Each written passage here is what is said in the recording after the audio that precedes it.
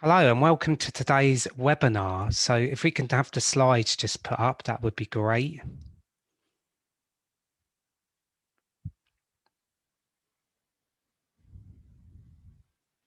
So there you go, just a cue for us. So welcome everyone, just to confirm you're on the right webinar. But this is our 50th episode, so pleased to know many of you would have saw me on last week's episode. And today's episode is Culture Matters, creating better workplaces with tech and processes with Ricoh.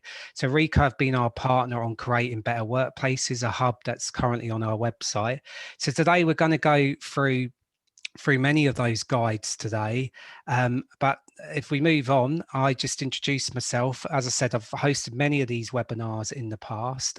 So Peter Brogan, Head of Research and Insight. And as you can see on your screens there, we have a stellar panel today to talk you through the content linking to that subject. And I'll just go as we go across our screens there. We have Ian Ellison, Workplace Change Agent, Free Edges, James Pinder, Workplace Change Agent, Free Edges, and also from Ricoh, Simon Truby, who's going to give the Ricoh perspective as well. So before I go into introductions from our panelists and get their viewpoint, a little bit of background about themselves and also what they'd be discussing today, just want to remind the audience that this is a live webinar, so we do want to make it interactive, so we do have some polls today, so love you to get involved in those. And more importantly, we have a Q&A section, so we would encourage questions to come in. We have a dedicated section for us to go through those questions and really get to some of your viewpoints or views about what you hear here today from our speakers. So I will go along the line as you see it. Good afternoon, Ian, hope you're well. And many of you would have seen Ian on some of our past episodes, past episodes as part of our NTT series. So Ian, if you just could give an introduction to our audience, some of them may be familiar and seen you before, as I said, and also what they should be expecting or will be expecting from today's episode. So as I say, good afternoon, Ian. Good afternoon, Peter. Good afternoon, folks. Thank you very much for having me. So Three Edges, essentially a workplace change consultancy. We do research, we do insight, we do education, and we help organizations from a consultancy perspective. In the capacity today, James and I are authors of all of the guidance notes that we're going to be featuring. I'll tell you a little bit about that when we get to the right slide, but essentially today's a real opportunity to kind of look at all of the different workplace educational and insight tools available to you through these guidance notes through the B2B partnership with Ricoh.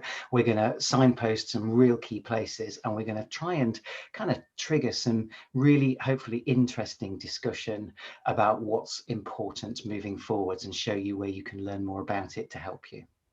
Thank you, Ian. And that moves on nicely to James, as you can see from also Free Edges. So good afternoon, James. Hi, good afternoon, Peter. Good afternoon, everyone. My name's James Pinder. I'm the other half of Three Edges, and I won't sort of repeat what Ian said. Today, we're going to be talking you through the guidance notes that we produced recently in conjunction with Ricoh and IWFM, and also how they fit together into that sort of bigger suite of guidance notes that we've been producing with Ricoh and IWFM over the last couple of years. So we'll show you how they all fit together, and hopefully you'll go and download them after this webinar if you've not already done so. No, thank you, James. And last but not least, over to Simon, Regional Director of Communication Workplace Services at Ricoh. So apologies, Simon, I didn't actually give you a full job title earlier, but good afternoon, Simon. Thank you very much. It is a bit of a mouthful, but ultimately what I represent at Ricoh is I look after the workplace technology and people experience division at Ricoh. So we're a specialist sales group that really are balancing out the right technology for the workplace, but alongside making sure that it's not a technology first approach, that the people come into that decision in that workplace, and that's really a focus of that. So it's simplified technology, which we'll talk about during this presentation, and obviously what benefits that will provide.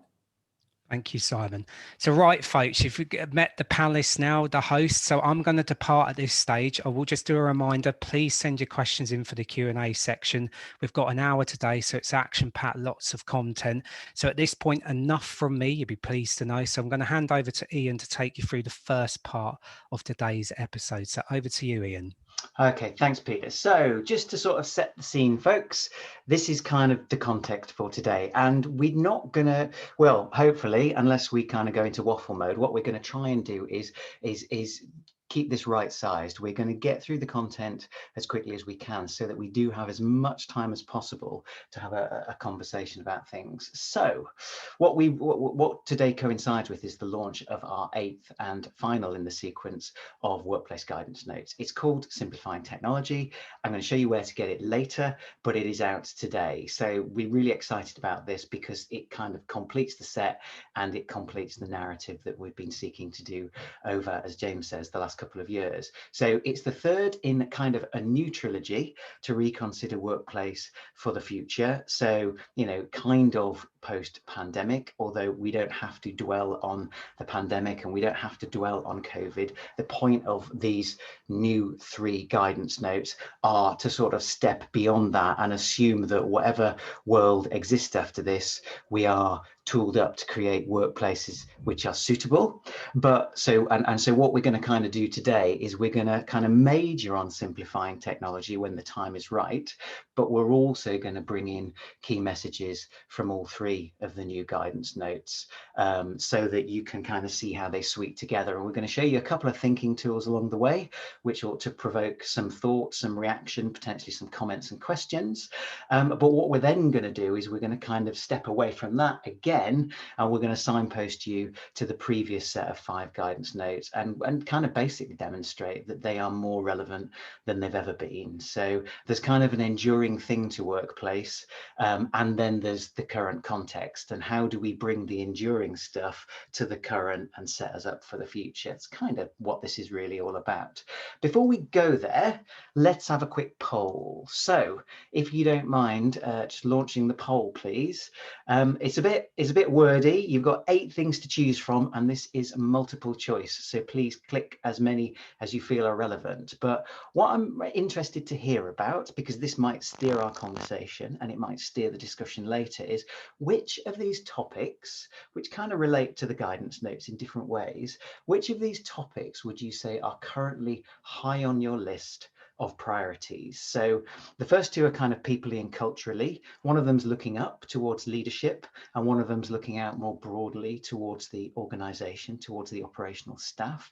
So I've chosen the word topics, but you might say issues, concerns, challenges.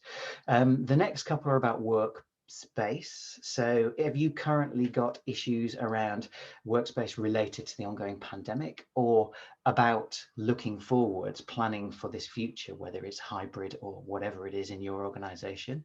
Or are we talking about technology, resolving current issues, enhancing service provision for this future, whatever it is? So is it about the now, or is it about the future again? Or actually, despite all of this fancy talk about workplace from all its different lenses, are you still in FM mode? Are you concerned with the operational stuff, the health and safety, the compliance, the service delivery, or are you concerned with or focusing on how to adjust for the future? So 8 choices. Click as many of them as you feel relevant. I think I've talked for long enough to allow a good set of results to come in. Nicole, tell me if you want me to keep talking or whether we're good to go to results.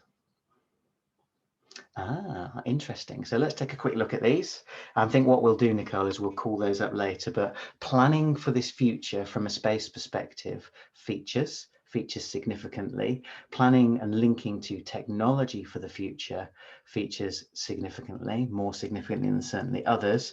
And yeah, interesting actually. So yeah, the one that isn't at all, well, actually there's kind of 2 which are the 2 lowest are space for the ongoing pandemic. Maybe you've already got that sorted. Maybe you're in a sort of holding position, ready for Boris to unlock the country to its final stage. Maybe you're well prepared for that. And technology. So maybe it's not your bag. Maybe everything's okay for now. Interesting. Okay, let's close that for now then. And we might bring that back later. But that's nice. That gives us a steer. So the one that we are absolutely focused on is space planning for this future, whatever it is. Now, by the way, if you were suitably frustrated and feel that that question did not represent you, then please use the comments to tell us about the stuff that is also going on in your world that we might be able to weave into the conversation. So if you're not happy with those 8 things, if they don't cover what you're focused on, then tell us about it. Right, so let's go back to this presentation. So what essentially today is about is it's kind of acknowledging the fact that you've got this wonderful free resource available to you. It is a workplace book, and it's a workplace book in 8 interactive chapters. So when I say workplace, as always, if you do not have this workplace Venn sort of in your mind's eye by now, then we will keep plugging away at it. We see workplace as social space. It isn't a place until people are involved, and that introduces all sorts of opportunities and challenges for facilities management. Of course, these days, and ever more prevalent since the last year, technology plays an increasingly important role, both our own technology within our jurisdiction, within our sphere of facilities management, but also more broadly as an enabling tool for organizational performance. So when we talk about workplace, we're talking about all 3 of these things. So to draw attention to the first 3 guidance notes, the most recent 3 guidance notes, my apologies. The first one that we released was empowering people, because for us fundamentally, and it was lovely to hear Simon talking about this during his introduction, for fundamentally, even when we're talking about technology, we're talking about its role in helping people get their work done. And then the second guidance note in this final trilogy we released was called optimizing workspaces. So for those of you clicking that box which was highest in the poll, that certainly is the guidance note that you want to go looking for pretty much immediately if you haven't already got hold of it. And I'll show you where to get that later. And then the final one that, as I said, we're going to focus on today is called simplifying technology. So that's kind of that. That shows you, I guess, hopefully diagrammatically, how the 3 most recent notes relate to the workplace Venn, relate to the perspective which we embraced long before the pandemic, and we will embrace long after the pandemic, because, as I said, workplace is a very enduring concept.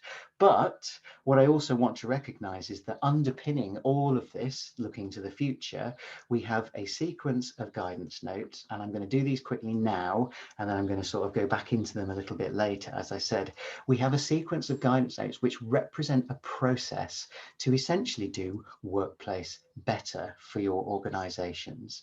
So everything, this is kind of in one respect, it's a pick and mix, choose the things that will help you and go there directly, but equally everything ought to support and feed everything else. So there is a logical sequence to these notes, but they are standalone in their capacity as well to support you with the key challenges that you're facing. They are interactive. There's lots of little exercises and pauses and challenges and questions and reflective pieces inside them, to not just, so it's not a passive read, so it's forcing you to really think about your own circumstances and what you might do to make them better. So that's kind of the introduction piece. Where I'm going to go next is pass over to James, and James, you're going to take us through the new trilogy, and just ask me when you want me to move the slides on, okay? Okay. All right, thanks, Ian. Yeah, the new trilogy, it was better. It's better trilogy than the follow-up Star Wars trilogy. I hope we can guarantee that. So anyway, on to the guidance notes then. So yeah, I'm just going to briefly talk through now the three new guidance notes. I'm not going to talk through at length, because you can download them afterwards and have a proper read, and you'll get more value out of that than listening to me. But yeah, let's have a quick chat through these now. So the most recent one that we've, the first one that we produced in the series, as Ian said, was back in the autumn now, and it was about empowering people. So it was essentially looking at the future of workplace through the cultural lens of that Venn diagram, and looking at how changes in attitudes towards flexible and hybrid working, what they mean for organizations, and what role cultural change would play in either enabling that or hindering that. So Ian, could you just flick on to the next slide, please? Because it'd be so when it's interesting, because when I was reading back through the guidance note earlier on, we were using the term blended working a lot in the guidance note. Then I think hybrid was just sort of catching on as a term, and we were sort of using blended. But essentially, what we were talking about was this shift that we sort of visualised in one of the guidance notes, which is before 2020, before the pandemic, most people, as illustrated by that blue curve, the majority of office workers were spent a lot of their time in a corporate workspace of one form or another. And some people did work at home to varying degrees, but most people commuted in, travelled into some sort of corporate workspace for a fair chunk of their time. Now, clearly what happened over the last 15, 16 months is that the curve swung to the other side of that chart, and most people, most office workers at least, were forced to work at home. They had no choice in where they worked. Now, the reality is, and most surveys of office workers at least seem to be suggesting that the future beyond hopefully this year will be that people will have that choice back, or more flexibility back, and actually the reality is they'll probably do a bit of both, or that's how things currently look. So when we're talking about hybrid working, that's essentially, or when we're talking about hybrid working in this session, that's essentially what we're talking about, that shift to the middle of that chart. So Ian, would you mind just popping back? Thank you. Okay, so yeah, there's been, I don't need to tell you, this has been so much written over the last year about the future of work, and the last 14, 15, 16 months been a watershed moment. And I guess the key challenge now, and we're seeing this with our clients, is how do you build upon this? How do you build upon the recent experiences positively and constructively? And that's not easy, because it does involve cultural change, and it will involve cultural change. And as we've known this for decades. Cultural change in organisations doesn't come easily. One of the things we do in this guidance note is we look back to the 1970s, and we there are a couple of examples of people writing about essentially hybrid working back in the 1970s, and the technology was actually just starting to emerge then that would start enabling that. But actually it never came to fruition. The ideas that people had then never really came to fruition, and there's an interesting quote in this guidance note from one of these people who were writing back in the early 70s, and essentially when he reflected on why things hadn't changed, why the remote working sort of revolution that he'd predicted hadn't caught on, essentially it wasn't down to technology, it was down to culture. It was down to culture and cultural change, or the lack of it. So yeah, it's interesting. We often think these things are new, but they're not, and we tend to go through cycles. And what's also been interesting, we talk about this in the guidance now, is a lot of the commentary, or Ian and I would argue that a lot of the commentary on hybrid working, both in our industry and beyond, has tended to focus on what we'd call surface culture. That sort of that high level stuff, often around space and technology, actually. And what it tends to ignore or overlook is that the sort of deeper cultural change that's going to have to occur in organizations if some of the changes that we've seen over the last year are going to stick but also be effective. So I think organizations are starting to realize that now. This in many respects, as we come out of lockdown, hopefully sooner rather than later, that's actually the start of the change process. Okay, we've started that process, but the real sort of journey starts then, because I think there's going to be a bit of testing and learning, finding out what works and what doesn't work, and that will take time. And the other thing we talk about in this guidance now, and we sort of devote a section to it, is around this issue of trust and empowerment, and the fact that arguably prior to the pandemic, there was a bit of a trust deficit in a lot of organisations, and we sort of do a bit of a deep dive on that, and talk about that in more detail.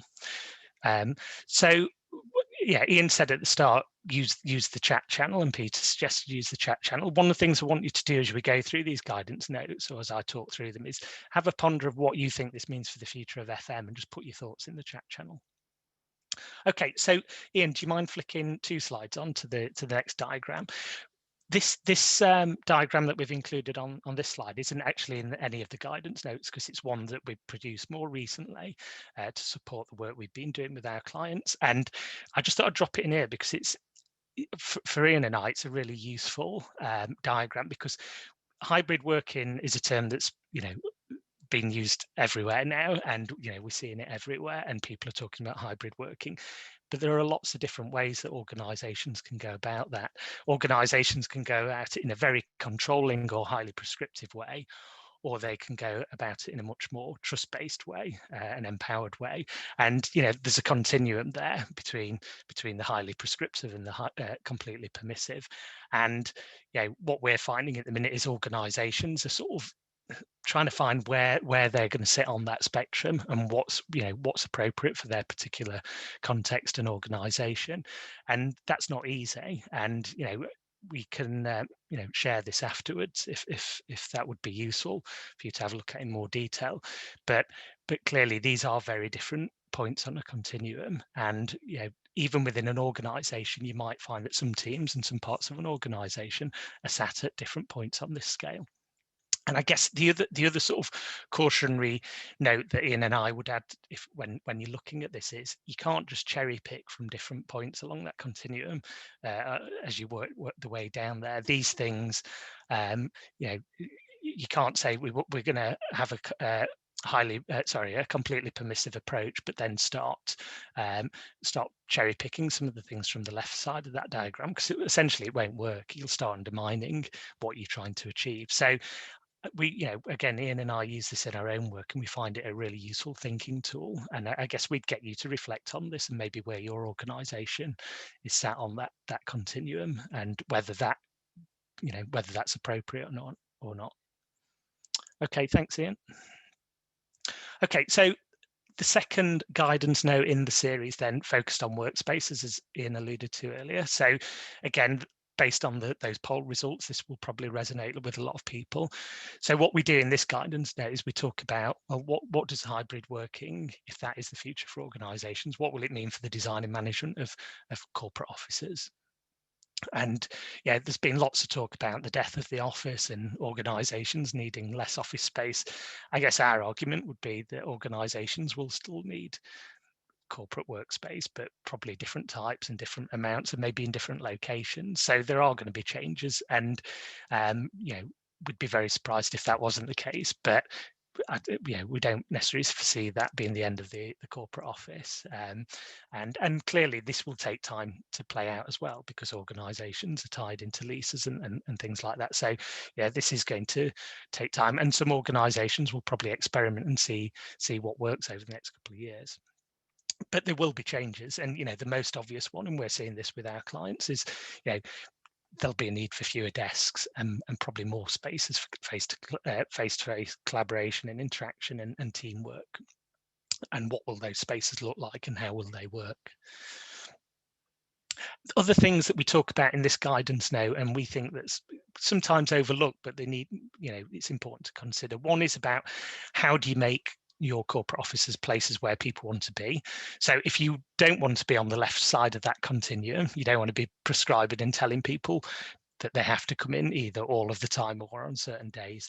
How do you make your corporate office environments places where people actually choose to come into, because they get something there that they wouldn't get elsewhere, including at home?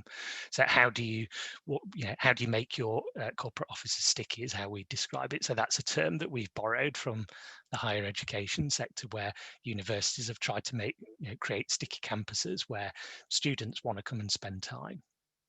And then the other thing that organizations will need to consider is about, how do you manage demand for workspaces? So if you are going to potentially reduce your footprint or the number of desks, how do you manage demand for that space? It's going to be potentially a scarcer resource, and it's the demand for that space is likely to be more dynamic, because people are coming and going at different times. How do you manage that? And is it about booking systems? Is it about other technologies to enable that? And again, I guess we've, a bit of a cautionary sort of note at the bottom of this slide, which is about, there's a risk that organizations are going to make knee-jerk reactions. We've kind of seen that already a little bit in the media, but how do you ensure that you're not committing yourself to an approach that you might regret further down the line? And I guess, the approach we'd advocate would be about testing and learning, and maybe you do that on a smaller scale, and then you see what impact that has, and then roll that out more broadly.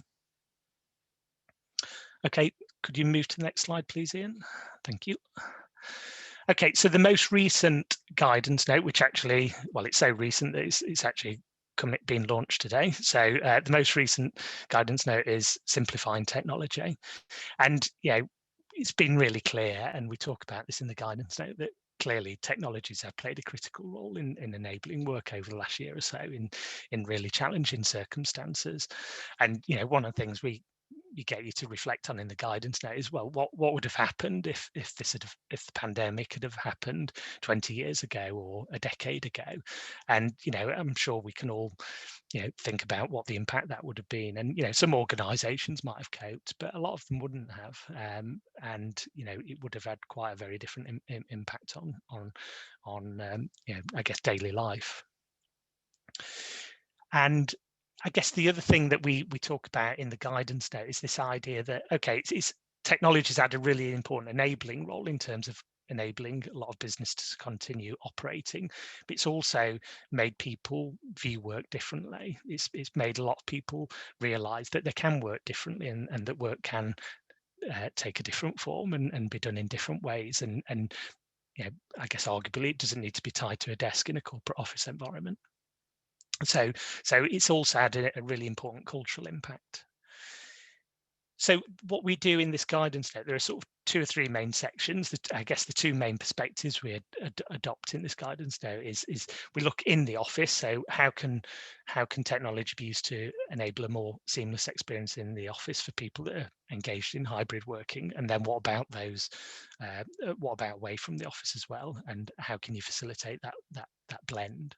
That we you know, I guess is the thread that runs throughout this series of guidance notes. Okay, Ian, thanks. Okay, so in terms of in the office, the 2 main things we focus on there is that sort of enhancing workplace experiences. So if you're not necessarily always in the office now, you may be working at home or in other locations away from the office. When you do come into the office, how can that be as a positive experience as possible? How can it be, yeah, I guess we'd use the term seamless. How can you know, whether it's booking a desk or meeting places or other facilities, how can you make that as easy as possible? How can you encourage or enable collaboration when people are on site and in that corporate office environment? And you know, also that point that we've already made about making corporate workspaces, yeah, appealing and attractive places for people to want to come and spend time in. And then the other part of this section is around how you can use technology to improve the management of workspace. And that might be around, you know, getting better insights from technology about what spaces are being used, when they're being used, who, you know, what purpose are people using them for. It might be around, again, creating a more seamless experience by, you know, are you predicting demand for spaces, are you using it to tailor services, more self-service options, all of those sorts of things. But also you need to, I guess, that importance of thinking about the ethics of that. So if you are deploying these sort of technologies that might enable you to achieve some of these things, what might the ethical impact be, and how can you address that or deal with that? Okay, Ian, thanks. And then away from the office, so this is, I guess, the second main section of this guidance note focuses on, you know, the technologies that most of us have been using over the last year and the impacts they've had. So, you know, video conferencing technology and the benefits of those, and virtual whiteboarding tools. And as with any technology, we often see benefits or consequences that we might have not envisaged. So Ian and I have used virtual whiteboard tools a lot over the last year. And one of the things we've seen is that actually they can be more inclusive, because they allow more introverted people to participate in a way that they might not necessarily do if they're in a face-to-face setting with a whiteboard in front of them or a flip chart. So again, you know, these technologies can have lots of benefits. We know that they can also have downsides, and we talk about some of those in the guidance note, but there's clearly a lot of benefits. The, I guess, cautionary note on this slide is around viewing technology as a silver bullet, you know, as a solution to all our organizational problems. And the, you know, the example we talk about in the guidance note is presenteeism. So if presenteeism was an issue for your organization pre-pandemic, it's unlikely that technology is going to solve that, because presenteeism is ultimately about trust and empowerment and those cultural things that we talked about earlier. And actually, technology might exacerbate that problem because it might lead to people being monitored and controlled digitally rather than in a face-to-face setting. So yeah, technology brings lots of benefits, but ultimately it's how it's used that's the important thing.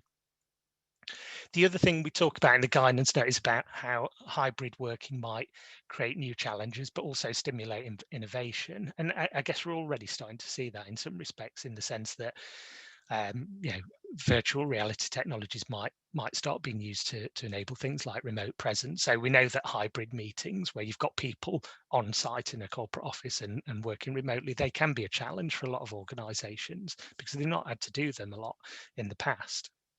So what technologies can you use to enable those? And then the other example we use in the guidance note is around, well, if people have got more choice, how can technology be used to enable that and help them make better decisions, and I guess ultimately reduce that cognitive load by making some decisions for them. And we've got a nice example in the guidance note of how that might play out. And yeah, the final part then of the guidance note, we talk about the fact that ultimately is rolling out technology. And I'm sure if you're in an IT department, you disagree with that first line, but ultimately it is the easy part a lot of the time. Okay, it might cost money and it will take resources and effort, but ultimately what you also need to do is ensure that people know how to get the best out of the technology, that it doesn't have unintended consequences, and that it does overall on the whole have a net positive impact. And again, we've seen that over the last year, in that a lot of technologies are being rolled out through necessity very quickly, and it's taken time for people to understand how to get the best out of those technologies, and actually maybe to try and address some of the unintended consequences that we've seen with the use of some of those technologies. Okay, Ian, thank you. So final little thing to say about this guidance now, we include these self-assessments, which are essentially little thinking tools in each of our guidance note. I think pretty much every guidance note contains one of these. And I guess what we'd encourage you to do, and when you download the guidance note, is to, after you've read it, is to have a go at completing this. Maybe share it with your colleagues and ask them to complete it too. But hopefully these self-assessments will stimulate a conversation with your colleagues in your team, but maybe in other teams or other parts of the organization, and get you thinking about what are you doing well, but in what areas might you improve as an organization, and what should you be doing that maybe you're not doing at the minute.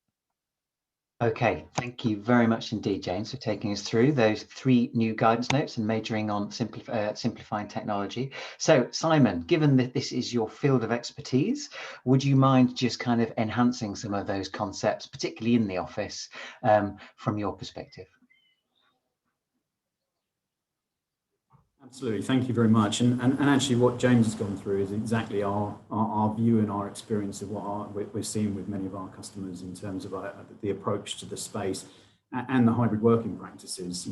Effectively, it's not just about location. The journey starts at home, effectively. So in terms of the technologies that we're seeing, and Ricoh are really championing in terms of the workspace, it starts from, in terms of workspace management, obviously the standard approach is desk and room and space booking. And it's not necessarily just an approach to manage the space per se, it's actually a way of gaining data. And that's really the approach that we start to talk about in terms of the user journey we're looking at. Obviously, it needs to be simple to use. Your users need access to the space to be able to easily activate a booking or a confirmation that they can actually attend. That's really a key thing for the user journey, etc. That actually starts at home. They're able to confirm that they're going to get to work, and they're going to be able to get a desk that they know is in a safe environment, and they're going to be able to access the tools that they want to be able to do. So the desk, room, and space booking applications are really key for that. But for the workplace management piece, it's the start of the data journey. It's really for you, it's the look at, what is the intent of usage against the actuals as well. And what that means is, with the ability to have people check in and confirm that they're there, or use sensor technology within those spaces, what you're actually looking at then is, what does my space look like? What is the utilization? But what goes further into that data is actually what we can start bringing out of that data collection is discussions around, well, why is intent different to actual utilization and the actuals that you're seeing? And that's one of the drivers of what actually your users are actually deciding on their journey as to why they're coming in and why they're not. And that's a really critical thing that you can get out of the technologies. So technology is an enabler for the workspace, but it's also from a management point of view to monitor and understand the trends that are going to come out from that as well. So, utilization and reporting is a real key thing for us in terms of what we're doing. That's actually the end goal. That's what we're looking for in all the technologies that come through. And so the other things that we're seeing as well is in terms of, how do you manage externally as well? Because visitor management is a critical piece as well. How, if you're going to use you're going to have people using the workspace and come into there for a collaboration capability, that includes externals as well. And their journey again starts from before they arrive at the office. So the ability to use those space booking technologies to offer visitor management invites to the workspace, and then potentially digital signage or collection like virtual receptionists as a way into the office, means that actually the user experience from an external point of view it is really critical. It's your persona as a business. It's what people experience when they come to the workplace. And so the technology that we can offer along that will actually enhance the journey rather than create challenges around that. It's about informing them all the way along and actually minimizing interaction from that.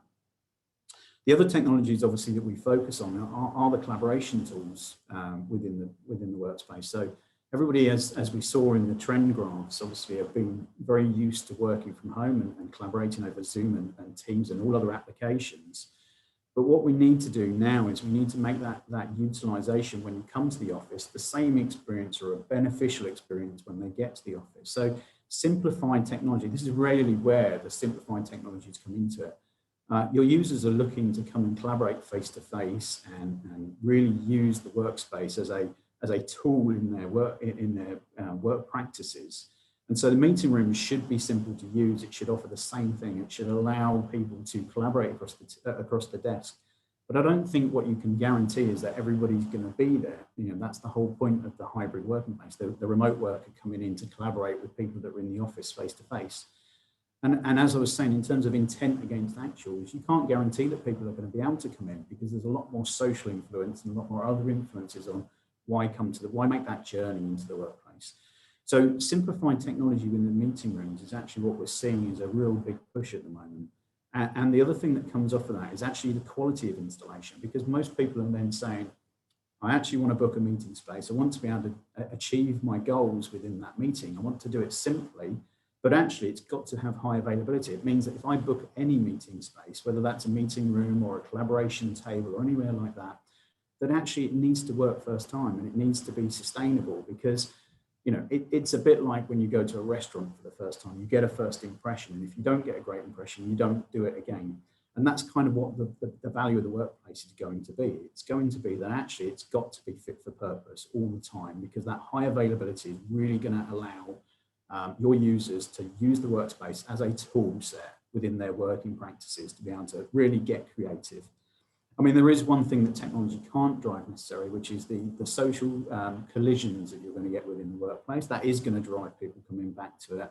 But that's a benefit of obviously having a tool set within a workplace that allows you within that collaboration tools and creativity that's going to come from the workflow. The other technologies that we talk about in the workplace as well is things like smart lockers, the ability to integrate and transfer products and utilize peripherals, etc., that are available as an IT process, for example, where previously you would just pop to the IT help desk, and now you're going to have to make a trip specifically. But now it's in your control.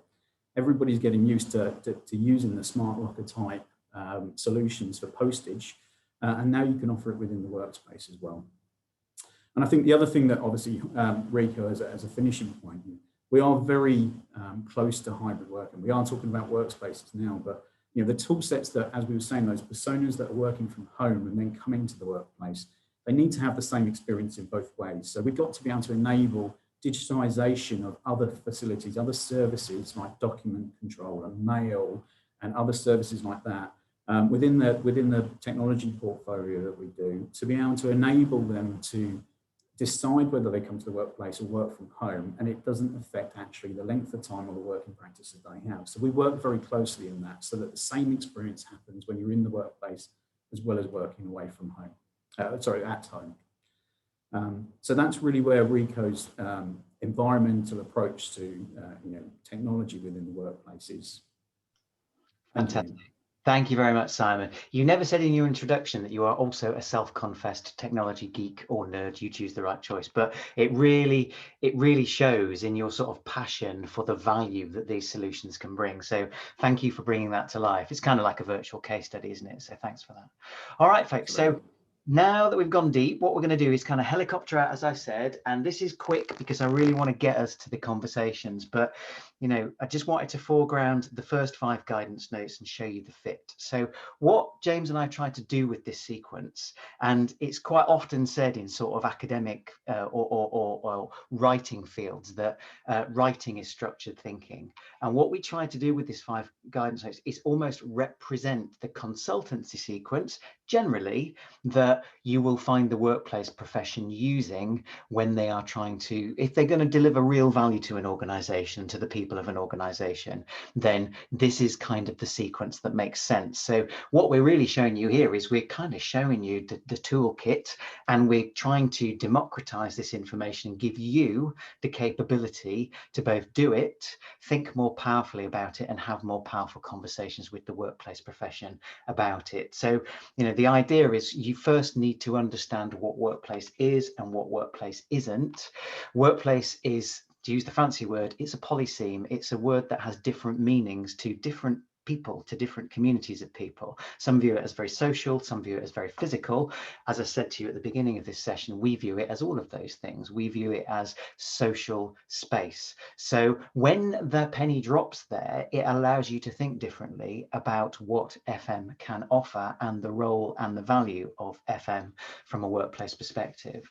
Now, the next thing is to kind of go, okay, so essentially, to use the fancy sort of modern terminology, what's the problem we're trying to solve, right? What is the situation here, and how can workspace, culture, technology, how can those facets of workplace help the problem that we have, help facilitate the solution that we need? So I guess what I'm saying is, before you get all excited about what you could do with the shiny furniture that somebody's trying to sell you, and I'm being a bit cheeky, but sometimes it really does boil down to that, you really need to understand what the problem is so that you can gather the right data, the right evidence to be able to make the right workplace decisions. Now, once you've got that evidence, you've got to convince people, and the people you've often got to convince is the top table. The top table is often comprises people with a range. They wield power over the organization because they're the ones that make the kind of the top-down decisions to move forwards with anything. But fundamentally, they've all got different perspectives, and you need to understand that, and you need to be able to talk to those different people. So what this is really about, and this is a sort of an anomaly, I think, in the FM skill set. This is the bit where we're vulnerable and where we can do far better. We aren't good because we're not natural marketeers, because it's never been part of what we're about. We are not good at actually standing proud and articulating why it is important that we do this in the future. We love getting out our spreadsheets and showing the data. You go and ask the recipients and they kind of go, yeah, all you tell us is the bad news, and you give us stats. You don't tell us what is going on and why and what we could do about it in any convincing, meaningful way. So what I'm saying here in the sequence is you've got to take your data and you've got to convince the key stakeholders that the future needs to be the way it needs to be.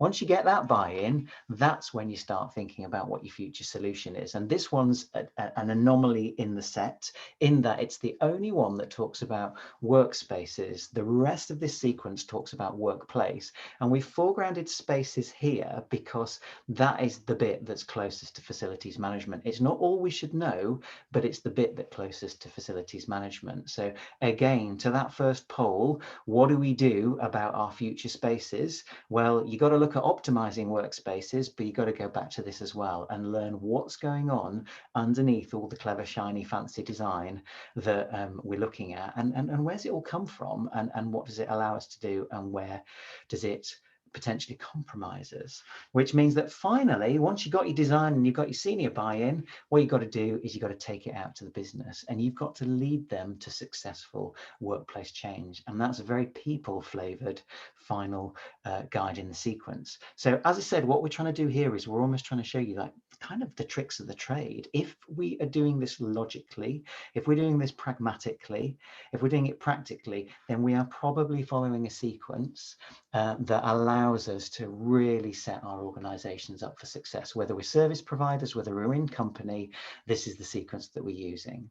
So you can now see, I think, how everything fits together into these 8 chapters. You can start at the beginning, you can also start anywhere, but please bear in mind that, you know, there's a real logic to what we've done and why we've done it this way. If you want it, go to the IWFM website. All of these are now loaded onto the partnership page. So IWFM, Insights, Partnerships, and then Ricoh, and you can get your eager mitts on all of these for free, and you can get started. We would love, personally, James and I would love to know how these are going down with you and how they're helping you. We'd also love to know if you think they're a pile of pants and whether we can improve them. So, you know, please hit us up on LinkedIn and create some conversation with us about them.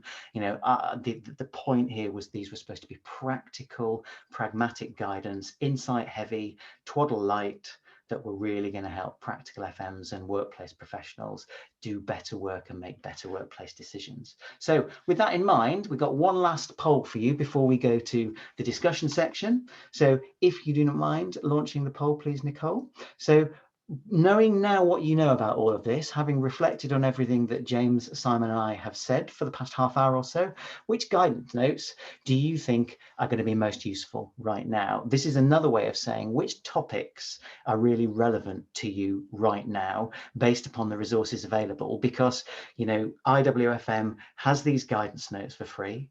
It also has CPD training. It also has a unique accredited qualification in workplace, which you know, is highly valuable at the moment and for the future. So there are different ways in, but fundamentally there are 8 free resources for you. So what we're interested in is which ones, based upon where you currently are and what you've heard today, which ones stand out. So Nicole, when you think enough people have responded, if nobody's responded and they're not interested in this poll, then I'm going to look like a right pillock next. But if you would be prepared to just share results at some point, I want to see what's standing out. So better workspaces, leading the people towards the change, they're the leaders. What I'm finding, what I'm seeing here is quite a kind of a nice uniformity to everything except introduction to workplace. So either you are now black belt ninjas in what workplace is or it isn't. Maybe, James, they're sick to the back teeth of you and me prattling on about what we think workplace is. But, you know, if you feel grounded in that, folks, and you feel ready to go, that's brilliant. But I would ask you to reflectively challenge your assumptions. Do you see workplace as social, or do you see it as physical? Because we think one limits more than the other. Okay, that's cool, Nicole. Thank you very much for that. Peter, I think it's time to go to some Q&A. What do you reckon?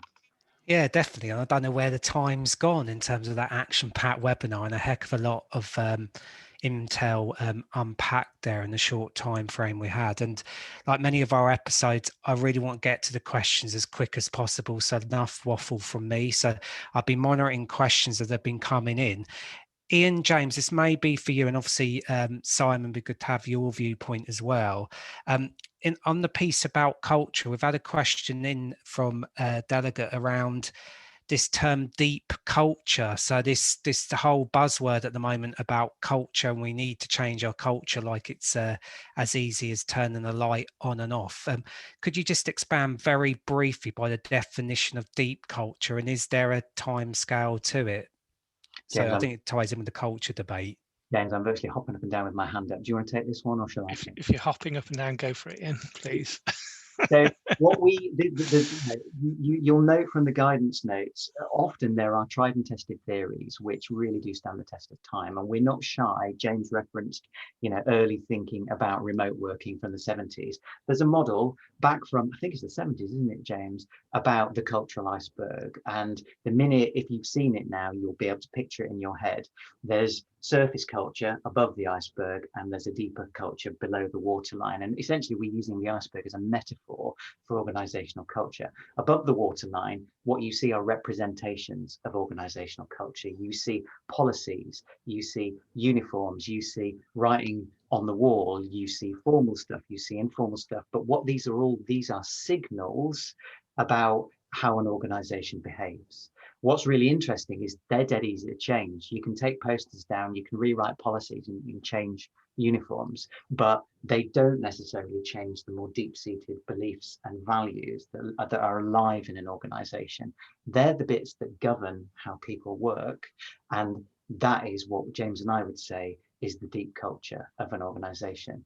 And one last thing, James uses a fantastic analogy of culture, which is culture's the glue that holds an organization together. Now, glue is interesting, right? Because you need glue for structure. If you didn't glue your chair together, you'd sit on it and fall on your backside.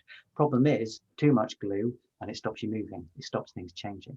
So deep culture is thinking, or changing deep culture involves concerted effort to help work out and an organization work out what it needs to be and where it needs to go. Sorry, Peter, that was a big one, but it's really important. No, thank you. And Simon, anything to add from just a Ricoh perspective on this term or word culture? How have you seen it in your time there at Ricoh? Yeah, absolutely. And I think the thing is that, in terms of a generalized culture, as Ian puts it, I think it goes back to actually from a technology point of view, again, go back to my geek status.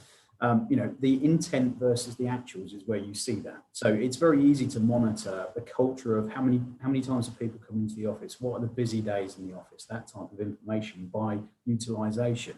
The interesting thing is the intent against the actuals. Why are people intending to use spaces but then not using them? Why are people intending to come to use the workspace and then booking a desk and then not staying at the desk? They're going off and using other spaces. That's the culture of the workplace. And what's driving it is social needs, process needs. I think that's the culture piece where you'll have probably a group of people that are, champions at that. And that drives the culture, I think. And it's going to develop. We're remobilizing the workplace. That's the point, I think, from my side. So we're starting again, almost like you're starting a new job. That's really, every time you start a new job and you start in a new office, you're learning. And I think that's where we're going from as well. So cultures of a company is changing, and it has changed as soon as the pandemic hit. And I think now we're in a new phase where you can influence it, but actually, we need to monitor it as well. No, thank you for that. And it echoes the people element that we started off in that Venn diagram. Now, I'm going to really do rapid fire on these questions because I'm aware of time, but this audience member literally sent his question in almost half an hour ago. So I want to get straight to it. So specialized subject, folks. So with the increasing use of technology, are organizations, in the panel's opinion, still being mindful of the associated carbon emissions? So yes, the sustainability angle has been raised here. Whilst these are lower data centers to emit a significant amount of carbon for each IT transaction. So I think the questions link in there, Simon, Ian and James, the link of technology and obviously the use of the data centers. So Simon, if I come to you first, is there any view on that in terms of the sustainability angle to all this piece that we've discussed today? Absolutely. I mean, it's an interesting piece where, data centers are growing, obviously, because of the cloud-based utilization and need for it to be able to access all the tools that you would do in the workplace. So transactions there are increasing, that's without a doubt. But it's actually balanced by the lack of having to travel to a workspace, the utilization of power, data and everything within the workspace as well. So actually, in terms of studies that have been done, working from home is actually technically more environmentally efficient than being in a workspace. The challenge is that actually that's not necessarily in the corporate body. So that's where the balance has got to be. It's about how efficiently the workspace is, whether that's at home or at work. And obviously as technology grows, data centers are becoming more efficient. The power usage is in cooling the technology that's within it, not actually the technology itself. So the more that it goes, the more that moves on in terms of developing that technology, the less carbon emission it's taking. So that's just going to continue. Better ways of cooling.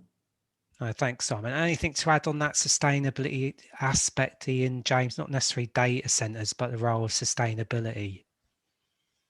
No, I mean, I'd just echo Simon's thoughts really and say, he kind of said what I'd have sort of responded, which is, I guess it's that comparator with the way people worked before. And we know that the methods we're using now are clearly using carbon, and data centers are a big contributor to that. But how does that compare with the way people were behaving before, I guess? And yeah, I think that will take time to play out and see whether there is a net benefit there.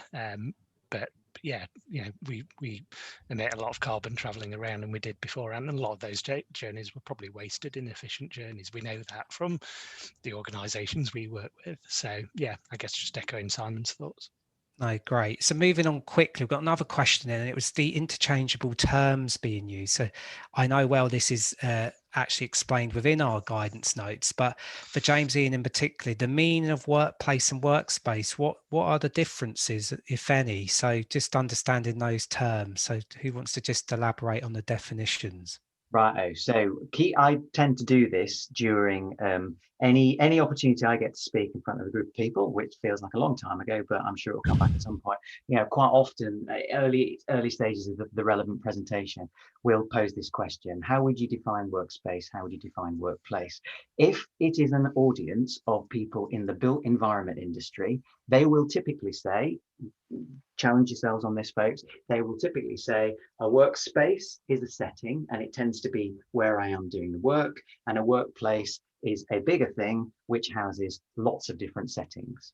And generally that gets agreement. That's a very traditional definition from built. But if I gave the same presentation over to a group of, let's say, HROD professionals, and I said, what's workplace to you? What they would say, well, workplace, it's like the cultural feeling of an organization. We're interested in workplace. We ask questions about workplace, but we don't ask many questions, if any, about physical space. So this is when I was really trying to labor the point with that beginning then. And this is exactly what Guidance Note 1 is all about. This is why workplace is a polyseme. It has multiple meanings.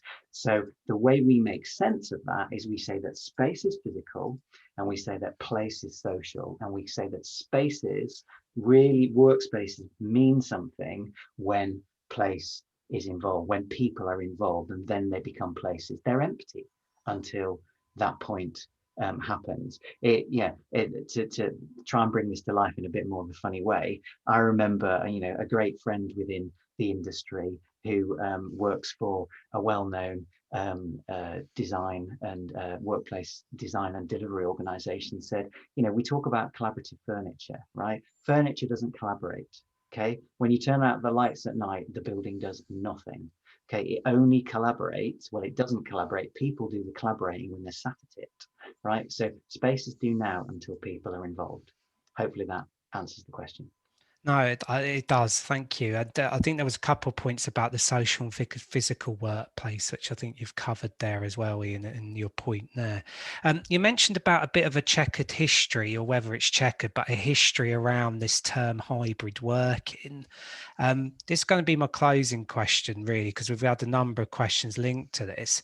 And I think it certainly came out in the polls about strategic decision making. Now, predictions can go wrong, as I've referenced on many of our webinars before, but any views from your viewpoint, if we were conducting a webinar this time next year, what what the term hybrid working is only intriguing today, Simon, as only as recent as this morning that a particular American bank described if you can go to the restaurant, you can come into the office. So your restaurant analogy triggered that news piece in my head now. So we're hearing this knee-jerk reaction that we talked about against the test and learn. So if we elaborate on the test and learn, what do you think we'll be discussing around hybrid work in a year's time? So a bit of prediction, a bit of future gazing, but we won't hold it to you. But it'd be good just to have your view and opinions, which I've clustered a number of questions into that rounded question just to close today's episode. So who wants to kick off on that? Can I go first, folks? Is that all right? I feel like I'm hogging the mic, but I'm feeling like I'm on a soapbox there. If you'd asked me some of these questions a few months ago, I might have been a bit more kind of standoffish and a bit more hedge your bets. But, you know, this thing about predictions versus test and learn, right?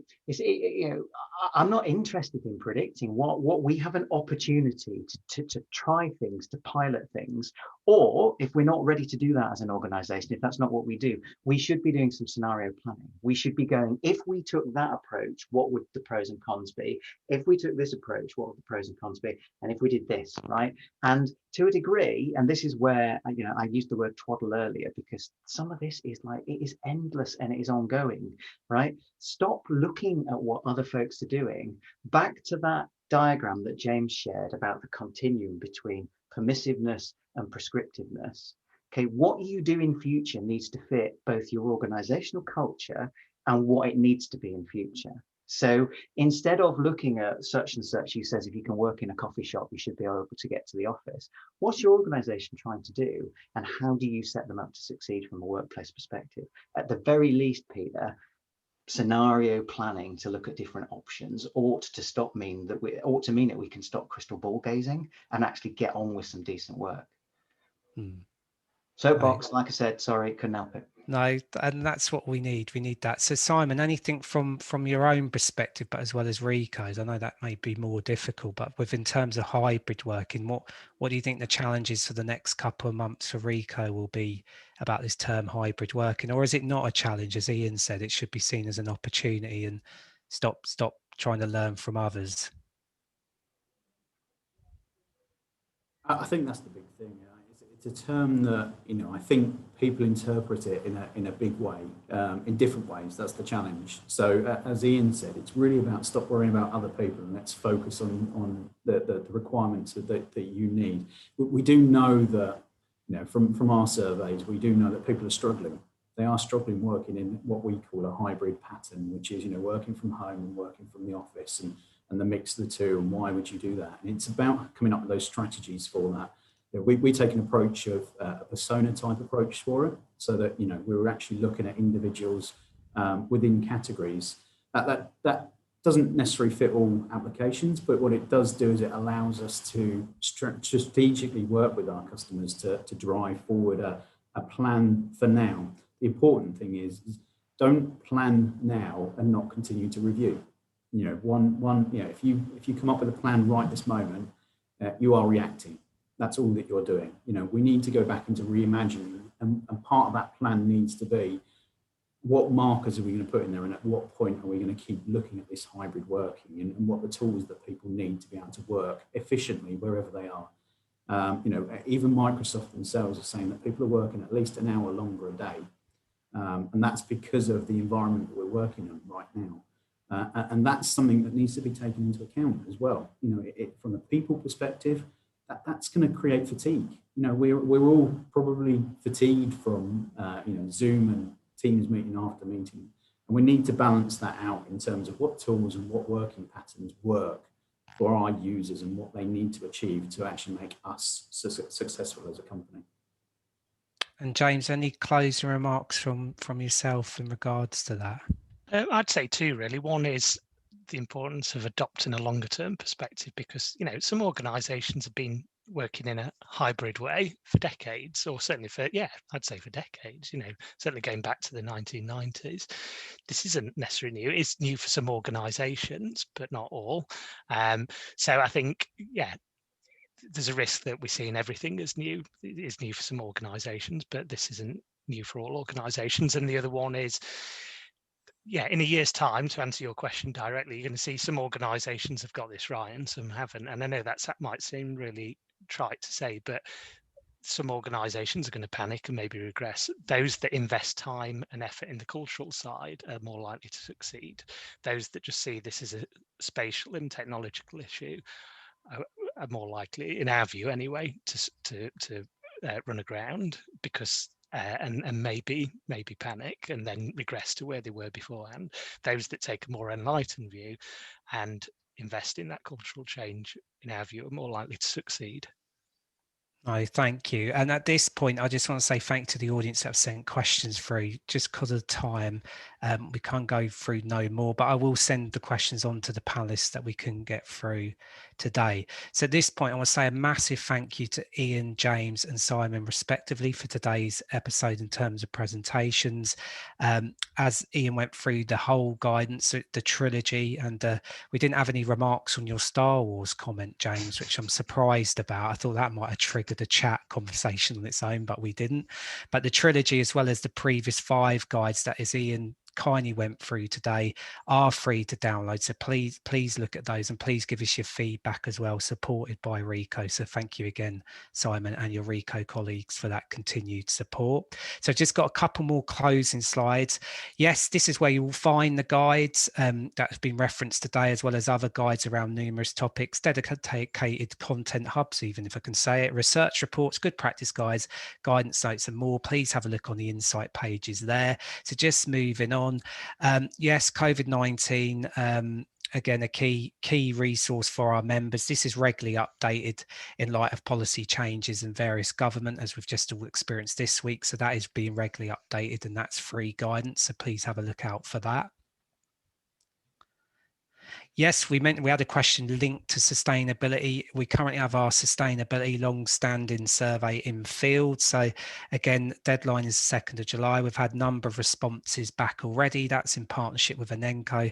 So we'll welcome your continued support in actually one of our flagship surveys around such an important topic. So please fill that survey in if you can. Again, linking to Navigating Turbulent Times, our conference this year is on the 13th of September. Its themes emerging stronger, and I guess that's what we all want to do, considering the last 16 months plus that we've all experienced. We've now launched a whole program. We've got 2 of our colleagues that will actually be doing a breakout session at the conference on this webinar. That's Ian and James. Please do not look surprised. You did agree.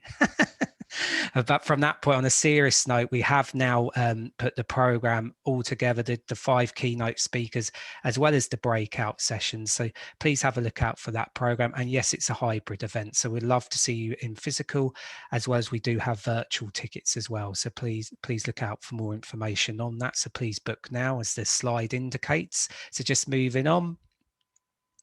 The last slide, you'd be pleased to know. So at this point, I just want to say thank you to Ian, James and Simon once again for today's presentation. Excellent in terms of the webinar, just articulating the 8 guides that we've done with Ricoh and that support and how relevant. So the polls were very intriguing where people are on that journey at the moment. So please look out for those guides.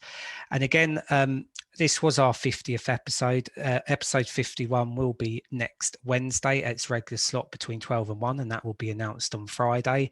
Just to remind viewers, this has been recorded, so please cascade to colleagues that may have missed this. And just last point, we do conduct a survey. The survey is not just to rate today's episode, it is for future content. And I think even from today's polls, I think we've got some areas that we could actually build our program on from the polls today that we went through. So a massive thank you for joining us today on a nice sunny afternoon. So hopefully you can enjoy a bit of the sun. And again, look forward to seeing you on our next episode next week. So thank you again, everyone.